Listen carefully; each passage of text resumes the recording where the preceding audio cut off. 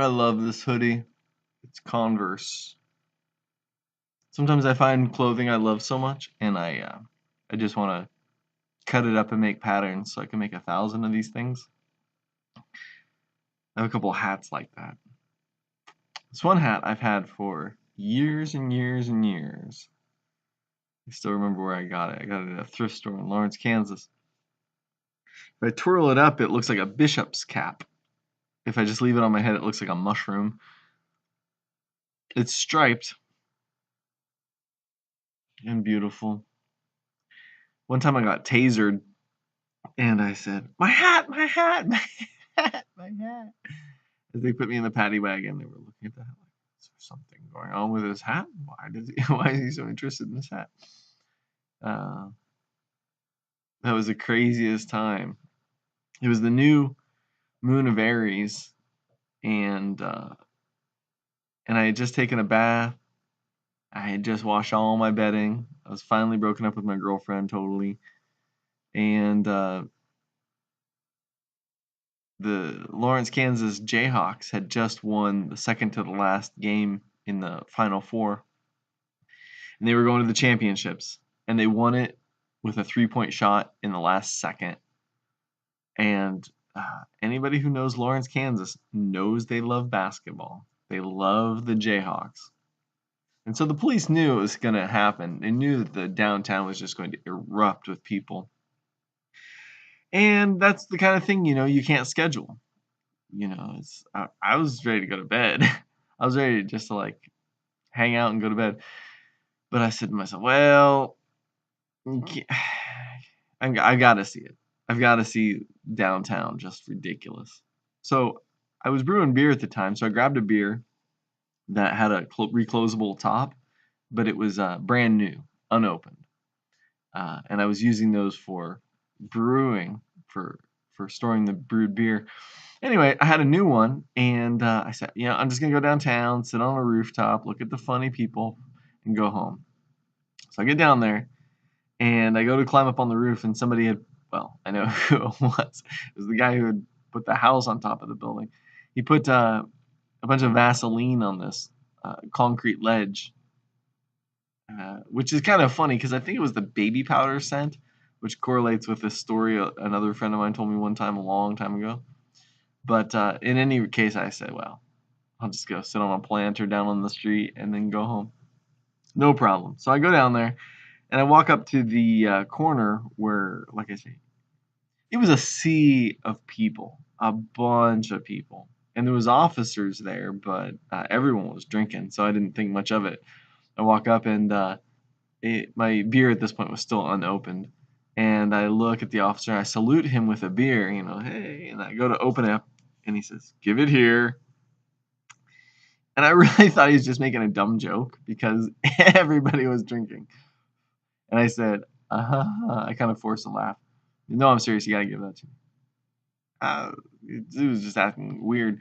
Well, he wanted the bottle. No bottles, no cans. Okay. I didn't know that. I just thought he was being stupid. So I wasn't going to give him my beer. And let's just sum it up by saying I got tackled and tasered. Unjustly, I might add. The first time I got tasered, the other guy had my hand pinned under me. And they said, "Get your hands behind your back or we'll taser you." And I said, I'm trying. And the second time he said, "Get your hands behind your back," they were back there. And I was saying, they are back there. And I learned that day that, or at least I suspect, that officers are told if you're going to taser somebody, you may as well taser them twice.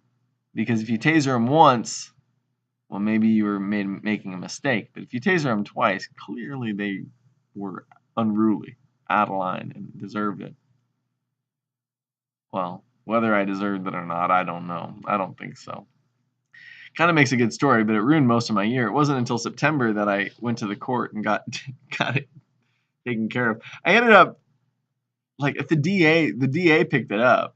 It was an out-of-state officer. I mean, out of city. They'd called in officers like state patrol people and stuff to help manage the crowds that they knew would happen. So this guy was from Olathe or something. So was his buddy who was the one who tackled me. I was so mad at them. They were so stupid. But anyway, so I when I got arrested, I had a joint in my wallet, and I was gonna, drink a beer and smoke a joint or whatever down there. And so at this point, it's still illegal in Kansas. I'm like, oh, shit. I'm sitting in the back of the paddy wagon. I'm like, fuck. And the one officer had taken my wallet from my front pocket and put it in my back pocket. And my hands were cuffed behind me. So I reach out. I'm the only person in the paddy wagon getting driven to the prison, the jail. I take the joint out with my hands and I reach around, I eat it, and as soon as it was gone, I put my wallet back in my pocket and I started yelling at him. You work for me! You fucking work for me! What the hell are you doing? What? Blah, blah. Anyway, so it was $100 to get bailed out. And then my girlfriend wanted to spend the night in my bed, and I was so pissed off anyway. Plus, I was kind of mad at her, and I just washed my sheets, and she had spent all day moving. Not that she stank, but she certainly, people have body odor, and female body odor is distracting if you're not wanting it around you. So I was like, if you take a shower, you can stay in my bed. Well, that was it. I mean, we were done anyway, but that was it. After that, no mas. No more. Anyway, got written up in the newspaper. I was embarrassed, frankly.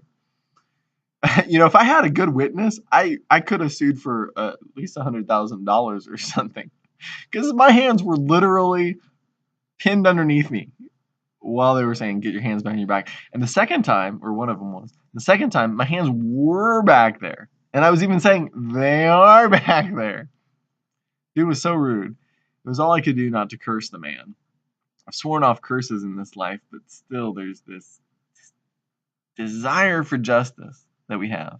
This thirst for justice. And if we see someone doing something bad, or someone wrongs us, or someone we love, we get dopamine release when we see justice. Now, why our psyches are designed the way they are, I don't know. But here we are. We're functioning monkeys. We got quantum mathematics, spaceships and all that. We got it. We got really good drugs, good food and agriculture. We can modify our DNA with CRISPR. Oh, my phone's ringing. So God bless you.